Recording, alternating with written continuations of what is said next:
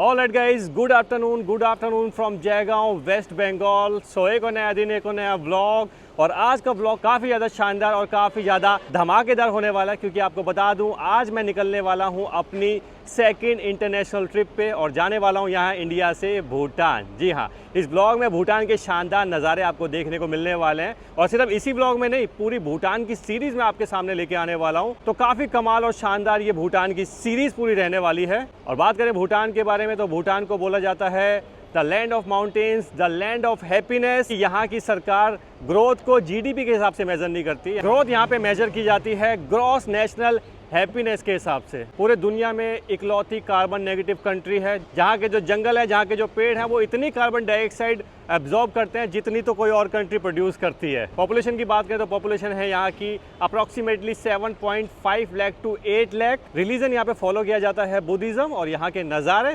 नज़ारे जो आपको देखने को मिलने वाले हैं ना बॉस, उनको देख के तो आप खुश ही हो जाने वाले हो। अच्छा, बाकी आपको बता दूं भूटान का ये ट्रिप मैं कर रहा हूँ eTripto.in की तरफ से, जिनसे एक टूर पैकेज मैंने लिया है यहाँ जयगांव से। तो हाँ, अगर आप भी भूटान घूमने का प्लान कर रहे हैं तो इनको कॉन्टैक्ट आप कर सकते हैं। डिस्क्रिप्शन में इनकी सारी डिटेल मेंशन मैं कर दूंगा।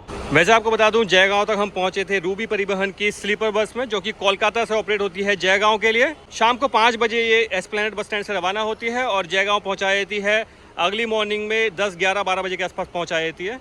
तो हाँ, अगर कोलकाता साइड से आप आ रहे हैं तो इस बस से यहाँ जयगांव तक आ सकते हैं और जयगांव से आप टूर पैकेज ले सकते हैं eTripto के थ्रू भूटान का। बाकी काफ़ी सारी मेजर सिटीज़ से डायरेक्ट भूटान के लिए फ़्लाइट भी ऑपरेट होती है, तो आप अपने इस टूर पैकेज में वो फ्लाइट भी इंक्लूड करवा सकते हैं। और बाकी अगर ट्रेन से आप भूटान आने का प्लान करें तो आपको बता दूँ नियर बाई में रेलवे स्टेशन पड़ता है बिरपाड़ा, लेकिन काफ़ी मेजर सिटीज़ से वहाँ के लिए डायरेक्ट ट्रेन नहीं मिलती है। तो आप एक काम कर सकते हैं, आप सिलीगुड़ी तक ट्रेन से आ सकते हैं और सिलीगुड़ी से टैक्सी लेके आप पहुँच सकते हैं यहाँ जयगांव तक, और फिर जयगांव से बाई वॉक बॉर्डर क्रॉस करके एंटर हो सकते हैं भूटान में। तो बेसिकली ये 3 तरीके रहते हैं अगर आप भूटान जाने का प्लान कर रहे हैं तो चलिए फिलहाल अभी निकलते हैं जयगांव बस स्टैंड से, जहाँ पे मैं अभी मौजूद हूँ। यहाँ से चलते हैं इंडिया भूटान बॉर्डर की ओर। बाई वॉक बॉर्डर हम क्रॉस करेंगे और एंटर करेंगे भूटान के अंदर। बाकी बताएंगे आपको कि क्या क्या फॉर्मेलिटीज़ रहने वाली है, क्या क्या प्रोसीजर रहने वाले हैं भूटान में एंटर होने के लिए। और फिर वहाँ से आगे हमारी टैक्सी रहेगी भूटान की राजधानी थिम्फू तक के लिए।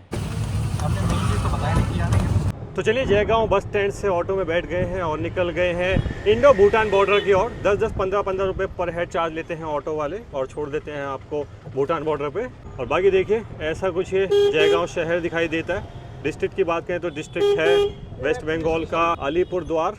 तो जी ऑटो लेके अभी हम बॉर्डर के बिल्कुल नज़दीक पहुँच गए थे और देखिए यहाँ पे रिसीव करने आ गए हैं हमारे tourist guide mister Arjun ji. Hello sir, how are you? नमस्ते, आई एम फाइन। तो अर्जुन जी अपने टूर गाइड रहने वाले हैं आने वाले 6 दिनों के लिए, क्योंकि आपको बता दूं भूटान में घूमने के लिए आपको टूर गाइड कंपलसरी चाहिए होता है।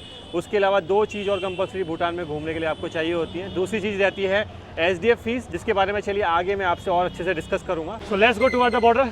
ओके। तो देख लीजिए दोस्तों, अभी हम पहुँच चुके हैं इंडो भूटान बॉर्डर पर। ये सामने आप देख रहे होंगे, ये यहाँ पे बॉर्डर मौजूद है। तो अगर आपको अपने व्हीकल से जाना है, एंट्री करनी है भूटान में, तो आपको यहाँ से एंट्री करनी पड़ती है। और अगर आपको बाई वॉक बॉर्डर क्रॉस करना है तो देखिए आपको यहाँ से एंट्री करनी पड़ती है। ये छोटी सी गली है, तो यहाँ से आपको आगे बढ़ना पड़ता है बॉर्डर की ओर। तो चलिए अभी यहाँ से हम आगे बढ़ रहे हैं बॉर्डर की ओर।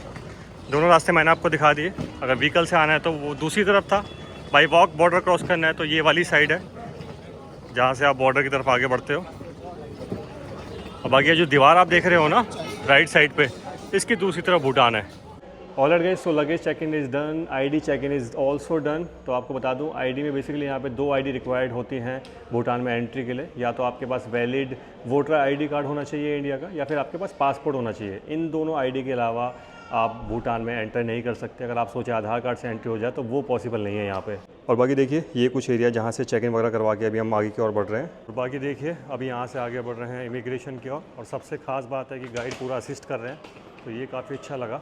और देखिए ATM की मशीन्स भी यहाँ पे मौजूद हैं, तो कैश निकालना चाहे तो वो भी आप यहाँ से निकाल सकते हैं। तो चलिए इमिग्रेशन की ओर चलते हैं, बाकी प्रोसीजर डन करवाते हैं और फिर आपसे बाकी बातें करते हैं। ऑलराइट गाइस, तो एंट्री कर ली है भूटान में। So welcome all of you to Bhutan.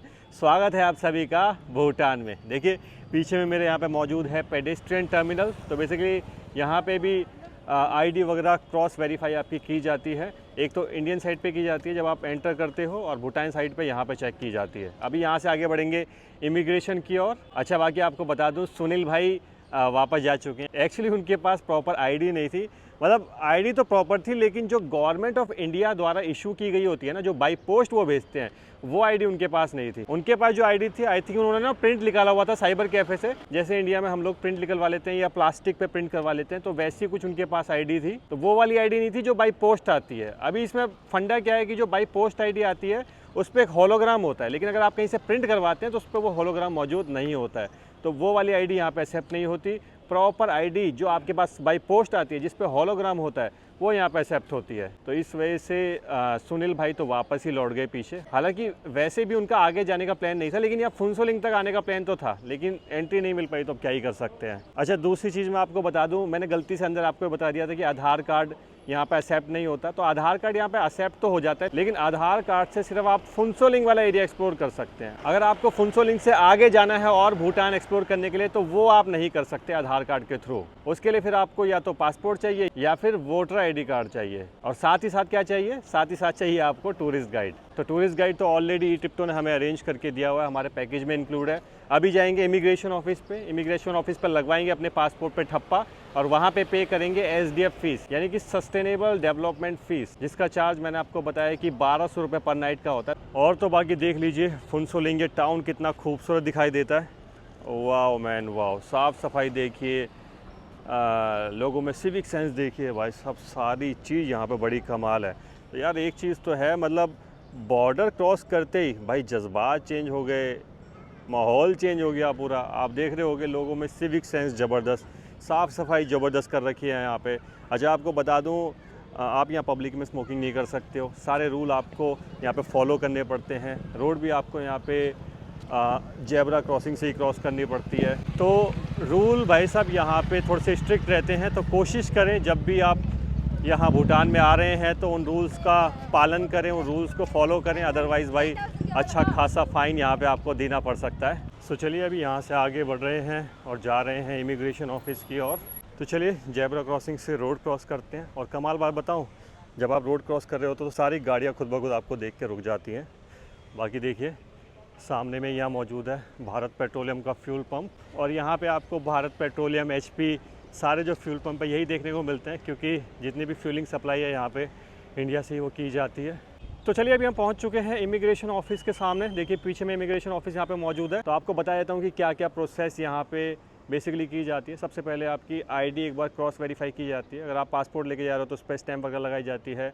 Voter ID card के थ्रू ट्रैवल कर रहे हो तो वो डाटा रिकॉर्ड किया जाता है। उसके अलावा यहाँ पे ये देखा जाता है कि आपकी होटल बुकिंग्स कितने दिनों की है, क्योंकि आपको बता दूँ भूटान एक्सप्लोर करने के लिए आपको मिनिमम 3 नाइट की होटल बुकिंग चाहिए ही चाहिए। आपके साथ में टूरिस्ट गाइड होने चाहिए, प्लस यहाँ पे SDF फीस भी पे करनी पड़ती है आपको, जो कि 1200 पर नाइट के हिसाब से होती है। तो मुझे यहाँ पे पे करने पड़ेंगे 6000 रुपये, क्योंकि मेरा जो टूर है वो रहने वाला है 6 डेज़ 5 नाइट का। तो देख लीजिए भूटान में हमारा स्वागत किस तरीके से हो रहा है। इसको क्या बोलते हैं? इसे खादर बोलता है। खादर, ये व्हाइट है ना, ओके। इसके सिंबलाइज करता है हमारा वेलकम करके प्योर हार्ट से। ओके। तो देखिए कितने अच्छे तरीके से हमारे टूरिस्ट गाइड ने हमारा वेलकम कराया है भूटान में। So I represent all Bhutanese people. I welcome you with a pure heart and thank you sir so much. तो देख लीजिए भूटान में हमारा वेलकम कुछ इस तरीके से हुआ है। अभी यहाँ से टूरिस्ट सिम वगैरह हम लेंगे, और सर बता रहे हैं करेंसी एक्सचेंज करवाने की ज़रूरत तो नहीं है ना? नहीं है। हाँ, करेंसी एक्सचेंज करवाने की ज़रूरत नहीं है, करेंसी आपकी चल जाती है इंडियन भी। तो देख लीजिए सिम हमने ले ली है। सिम कंपनी का नाम है बी मोबाइल, और आपको बता दूँ इसकी कॉस्ट है 250 रुपीज़, 250 इंडियन रुपीज़, और इसमें हमें मिला है 100 रुपीज़ का talk time and 1 GB data. और क्योंकि यहाँ रोड आप जेब्रा क्रॉसिंग से ही क्रॉस कर सकते हो, जैसे मैंने आपको बताया, तो काफ़ी लंबा घूम के आना पड़ता है। उधर में थी वो शॉप जस्ट इमिग्रेशन ऑफिस के सामने, और वहाँ से लंबा घूम के अभी हम आए हैं रोड क्रॉस करने के लिए जेब्रा क्रॉसिंग के सामने। और हाँ, एक इंटरेस्टिंग फैक्ट और आपको बता दूँ, भूटान में ना आपको रेड लाइट नहीं मिलेगी, कोई ना कोई वहाँ पे पुलिस वाले खड़े रहते हैं, ट्रैफिक पुलिस वाले, क्योंकि सारा रोड का मैनेजमेंट वगैरह देखते हैं। और देखिए ये है आज का अपना सफ़र का साथी, यानी कि हमारी टैक्सी MG की कार है, जिसमें आज अपनी जर्नी रहने वाली है थिम्फू तक। Thank you sir. तो चलिए निकल पड़े हैं फुनसोलिंग से थिम्फू की ओर। This is our transporter. Hello sir, how are you? Fine, sir. Your good name? Gempo. Okay. And how much time it will take to reach Thimphu from Phuentsholing?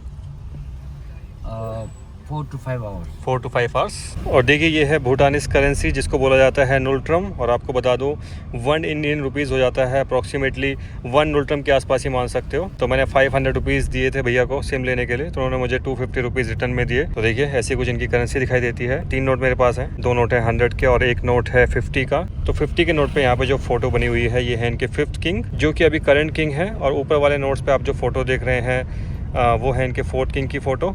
अच्छा बाकी आपको बता दूं इंडिया की जो अपनी सिम रहती है ना वो यहाँ फुनसोलिंग तक तो वर्क करती है, मतलब अच्छे सिग्नल आते हैं, आप प्रॉपर यूज़ कर सकते हैं। लेकिन फुनसोलिंग से जैसे आप थोड़ा सा आगे बढ़ते हैं ना थिम्फू की ओर, तो अचानक से सिग्नल गायब हो जाते हैं। तो अभी सिग्नल गायब हो चुके हैं, अभी सिम ले ली है, 20 मिनट में वो एक्टिवेट हो जाएगी, फिर वही सिम का सहारा रहने वाला है अभी 5-6 दिन।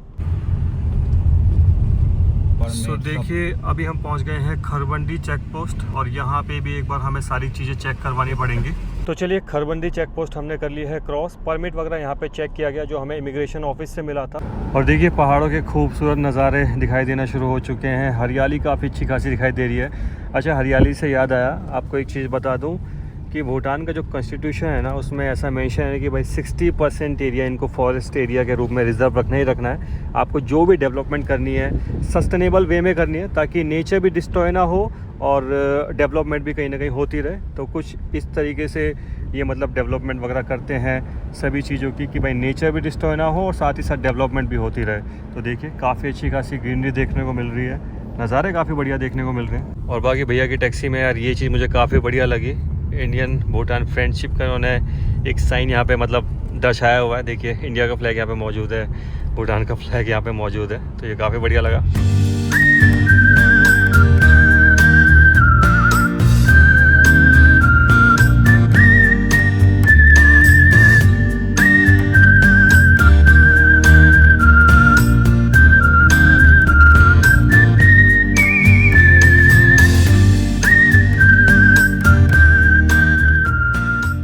So Arjun ji, can you please tell us something more about Bhutan? Bhutan, it is a Himalayan country, mostly located with the hills and mountains. Okay. So we have 700,000 plus population here in Bhutan. The people speak 3 dialects. That is, the people from south speaks Lhotshamkha. Then in central they speak Dzongkha, national language of Bhutan. And the people from east they speak Changla. So the overall language here is Dzongkha. So we also follow gross national happiness in our country. So how much the development the country take, the first priority is given the happiness of the people. Thank you so much Arjun ji. And what will you say when you welcome someone in Bhutan? When we welcome, we say Jimbaleso, that means welcome. And then when you greet to someone, we say Kuzampola. Okay. It's like this telling namaste or good morning. अच्छा अर्जुन जी एक छोटी सी चीज़ और बताइएगा, आपने जो dress पहनी हुई है ये कुछ क्या नेशनल ड्रेस है भूटान की? हाँ ये national dress okay. And what is this called? इसके बोलता है गो। ओके। इसका बोलता है लागे। सो ये वाइट है ना ये। ओके। इसका रिप्रेजेंटेशन है, इसका रिप्रेजेंटेशन बोलता है प्योरिटी। ओके। सो हमारा लड़का के बोलता है गो और लड़की के लड़का कीरा बोलता है। अच्छा लड़कों का गो और लड़के जो पहनते हैं उसको कीरा बोलता है। तो दोस्तों अभी हम पहुंचे थे समवेयर नियर गेदू, मतलब गेदू एक जगह है उससे थोड़ा सा पहले हम मौजूद थे, और पीछे में एक खूबसूरत से फ्लैग देखे तो सोचा कि यहाँ थोड़ी देर रुकते हैं। नज़ारे भी यहाँ से काफ़ी ज़्यादा शानदार दिखाई दे रहे थे। और आप देख रहे होगे यहाँ पे ये प्रेइंग व्हील भी मौजूद है, दिस इज़ प्रेइंग व्हील ना। और बाकी देखिए व्यू कितना ज़्यादा शानदार दिखाई दे रहा है यहाँ से, ये देखिए। तो इस व्यू को देख के यहाँ पर रुकने का थोड़ा सा मन हुआ, तो मैंने सोचा कि चलिए ये व्यू भी आपको दिखा देते हैं। देखिए यार क्या शानदार व्यू नज़र आ रहा है। और देखिए ये सामने जा रही है मारुति सुजुकी की ऑल्टो, जिसको कि इंडिया में लॉर्ड ऑल्टो भी बोला जाता है या फिर पहाड़ों की रानी भी बोला जाता है। तो देखिए अभी हम आके रुके हैं एक होटल पे, रेस्टोरेंट का नाम है दोईजुंग पक्साम होटल। भूख लगी थी तो सोचा कुछ लंच कर लिया जाए, और देखिए ऐसा कुछ रेस्टोरेंट दिखाई देता है। इलेक्ट्रिक चार्जिंग स्टेशन भी वहाँ पे मौजूद है, और देखिए क्या खूबसूरत ये रेस्टोरेंट नज़र आता है। तो चलिए अंदर चलते हैं, कुछ खाना पीना ऑर्डर करते हैं और फिर बाकी बातें आपसे करते हैं। तो देखिए दोस्तों ऐसा कुछ ये रेस्टोरेंट अंदर से दिखाई देता है। एक हॉल वहाँ पे मौजूद है, एक हॉल यहाँ अंदर में मौजूद है, और यहाँ पे देख लीजिए लगवा लिया है राइस है, दाल है और एक मिक्स वेज है।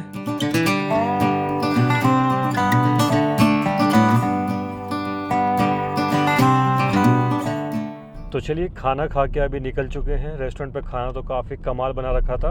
खाने की कॉस्ट वहाँ पे जो मैंने पे करी थी वो थी 250 रुपये। तो अगर इंडिया के कंपैरिजन में देखें तो रेट ऑलमोस्ट सेम ही है। अगर इंडिया में भी आप एक टाइम का लंच करने कहीं बैठेंगे तो इतने पैसे आसानी से आपके लग जाने वाले हैं। और वहाँ से देख लीजिए ये वाटर बॉटल ले लीजिए जो कि नोबू ब्रांड की है। और देखिए अभी हम सामने से गुजर रहे हैं गेदू कॉलेज के। गेदू कॉलेज ही बोलते हैं ना इसको? हाँ जी। गेदू जय का नाम है और वहाँ पे एक कॉलेज मौजूद है काफ़ी खूबसूरत। ये देखिए, तो ऐसे कुछ खूबसूरत कॉलेज, यूनिवर्सिटी, स्कूल्स वगैरह आपको देखने को मिलते हैं भूटान में।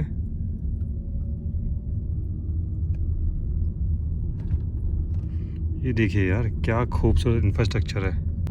अच्छा, ये वाइट फ्लैग्स हमें सामने देखने को मिल रहे हैं, ये क्या रिप्रेजेंट करते हैं, मतलब किस लिए लगाए जाते हैं ये? भूटान का आदमी गुजर जाते हैं ना, उसका बाद 108 लगाता है।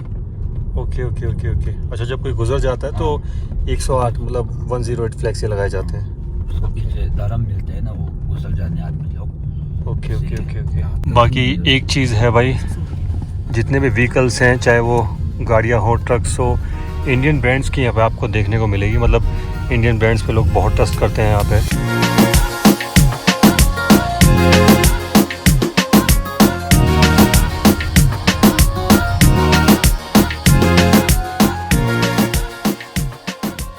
तो चलिए, वांखा चेक पोस्ट हमने कर लिया है क्रॉस। वैसे आपको बता दूं वहाँ पे टूरिस्ट की आईडी वगैरह चेक करवाई जाती है, वोटर आईडी कार्ड या फिर पासपोर्ट। उसके अलावा ट्रांसपोर्टर और टूरिस्ट गाइड की आईडी वगैरह, डिटेल्स वगैरह वहाँ पे ली जाती है। और बाकी बातों ही बातों में बात करते हुए सर से पता चला कि ये एसडीएफ और ये जो टूरिस्ट गाइड वाला सीन है ना, ये पहले नहीं हुआ करता था, ये कोरोना के बाद से सारी चीज़ें एप्लीकेबल हुई। और तो बाकी देख लीजिए, शाम हो चुकी है, सूरज ढल चुका है, काफ़ी अच्छा खासा अंधेरा भी हो गया है। और आपको बता दूं यहाँ से अभी थिम्फू पहुँचने में हमें करीबन 1.5 घंटा तो लग जाने वाला है ना, 1.5 आवर। हाँ, तो 1.5 आवर, 1.5 घंटा हमें लग जाने वाला है अभी भी यहाँ से थिम्फू पहुँचने में।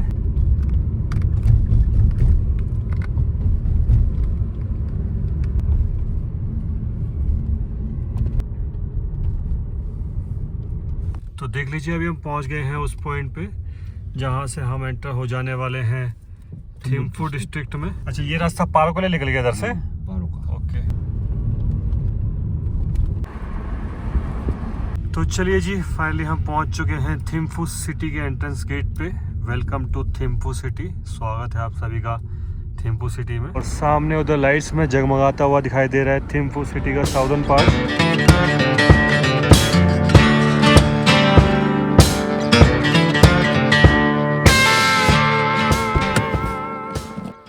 तो चलिए, टाइम हो गया है रात के 8, पहुंच चुके हैं थिम्फू में अपने होटल के सामने। होटल का नाम है लोटस होटल। और बाकी थिम्फू शहर के फर्स्ट इंप्रेशन की बात की जाए तो सिटी काफ़ी ज़्यादा खूबसूरत नज़र आ रही है। हालांकि रात में उतने अच्छे से तो दिखाई नहीं दिए। चलिए, कल आराम से थिम्फू शहर के नज़ारों को हम एंजॉय करेंगे, क्योंकि कल का जो पूरा दिन है वो थिम्फू सिटी का टूर हमारा रहने वाला है। और बाकी बात करें मौसम की, तो हल्की हल्की ठंड हो रही है। तो मैं आपको रिकमेंड यही करूँगा, अगर आप भूटान आ रहे हैं तो साथ में कुछ वार्म क्लोथ्स वगैरह रख के लेके आएँ, क्योंकि रात होते होते ठंड थोड़ी सी बढ़ जाती है यहाँ पे। और देखिए, ये सामने मौजूद है अपना होटल, लोटस होटल। ऐसा कुछ पूरा होटल दिखाई देता है। होटल तो काफ़ी शानदार दिखाई दे रहा है। तो चलिए, होटल में एंट्री लेते हैं। Good evening sir, how are you? Nice to meet you sir. तो चलिए, कुछ फॉर्मेलिटीज़ वगैरह कर लेते हैं, एंट्री वगैरह कर लेते हैं। और बाकी देख लीजिए, होटल का जो रिसेप्शन एरिया है कुछ ऐसा दिखाई देता है। काफ़ी खूबसूरत रिसेप्शन एरिया बनाया हुआ है, देखिए। और जी, होटल में हमारा स्वागत हुआ है एक गर्मा गर्म चाय के साथ, क्योंकि ठंड काफ़ी है तो चाय पीने में भी काफ़ी अच्छा लग रहा है। हालांकि शाम के टाइम पर उतनी ठंडी लग रही थी, लेकिन अभी जैसे ही टैक्सी से उतरे हैं तो मौसम थोड़ा थोड़ा ठंडा ठंडा फील हो रहा है, लिटिल बिट। तो इस वजह से गर्मा गर्म चाय पीने में काफ़ी मज़ा आ रहा है। वैसे आपको बता दूं, मैं अभी बैठा हूँ इनके रेस्टोरेंट वाले एरिया में, जो कि कुछ ऐसा दिखाई देता है, ये देखिए। तो चलिए, टी एंजॉय करते हैं, फिर अपने रूम में चलते हैं, फिर रूम टूर भी आपको देते हैं।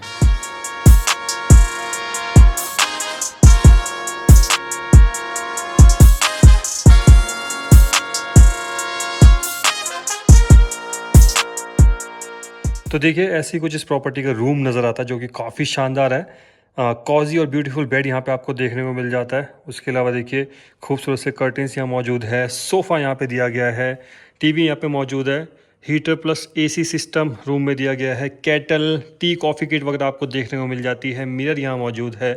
कबर्ड यहाँ पे दिया गया है। उसके अलावा चलिए वॉशरूम भी आपको दिखा देते हैं।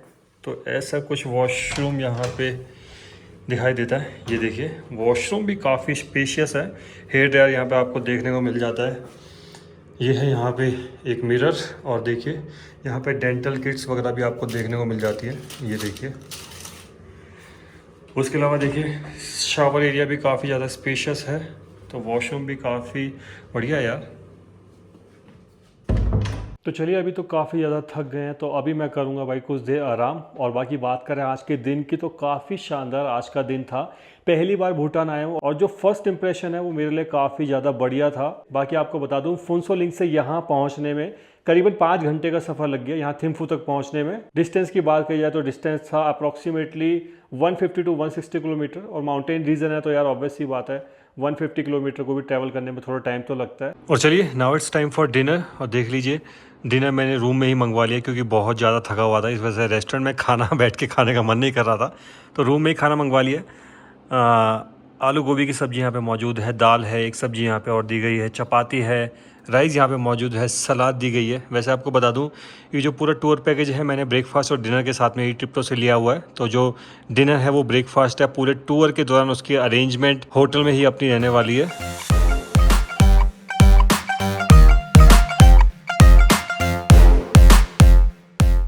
तो चलिए डिनर इज़ डन और खाना खा के तो बहुत मज़े आ गए। बाकी एक्सपेक्ट बिल्कुल भी नहीं कर रहा था कि यहाँ भूटान में इंडियन टेस्ट वाला फूड मिलेगा, और वो भी बिल्कुल घर जैसा, बिल्कुल लाजवाब स्वादिष्ट। बाकी चलिए अपार्ट फ्रॉम दैट फिलहाल तो काफ़ी ज़्यादा थक गया हूँ और सोच रहा हूँ कि अभी थोड़ी देर यार आराम करा जाए। तो चलिए फिलहाल तो इस ब्लॉग को करते हैं यही रैप अप। मिलते हैं नेक्स्ट ब्लॉग में। Till then bye bye, take care, love you all. और पता है कि खालियात नहीं जाना होता। अगर वीडियो पसंद आई हो तो वीडियो को लाइक शेयर, चैनल को सब्सक्राइब करके जाना होता है। चलिए जी मिलते हैं फिर नेक्स्ट ब्लॉग में। Bye bye. दूर रह के तू बताए कैसे मेरे दिल में बसा है, सारी राहों में तेरी है खुशबू।